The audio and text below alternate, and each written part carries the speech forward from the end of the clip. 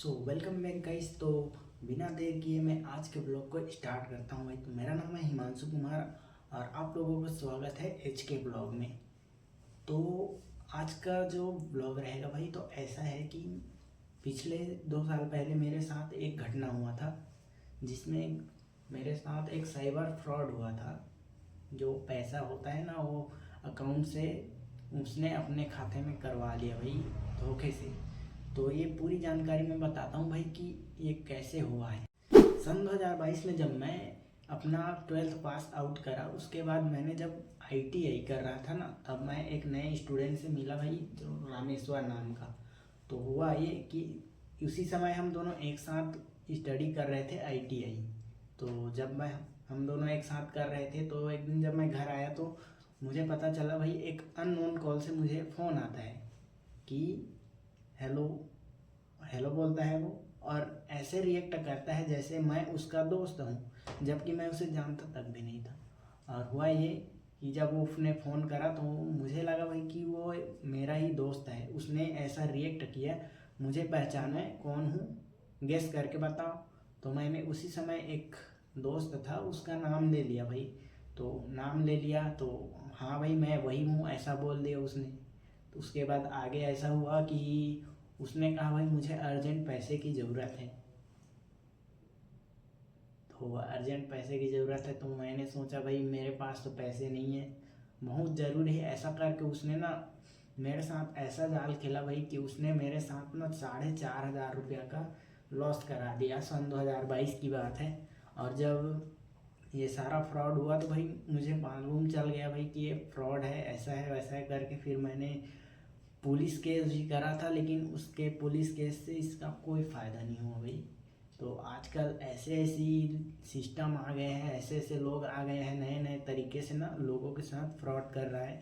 और आप लोगों को बता दो, बढ़ती क्राइम के दुनिया में भाई ये आज का एक बहुत बड़ा सबक बन गया है। तो आपको इससे बहुत सावधानी बरतना होगा, क्योंकि आज के समय ना पूरे टेक्नोलॉजी से टेक्नोलॉजी से बढ़ती जा रही है। तो इंफॉर्मेशन टेक्नोलॉजी, जैसे आप लोगों को पता होगा, बहुत सारी AI फीचर्स और दुनिया भर के नए तकनीकों के माध्यम से लोग नए नए फीचर्स अनलॉक कर रहे हैं। तो आज के समय में ऐसा कर पाना बहुत ही आसान हो गया है। तो कई ऐसे अपराधी छुपे हैं अभी भी, जो इस हमारे सिस्टम के अंदर बैठ कर ही हमारे साथ ही ऐसा धोखाधड़ी का काम करती है।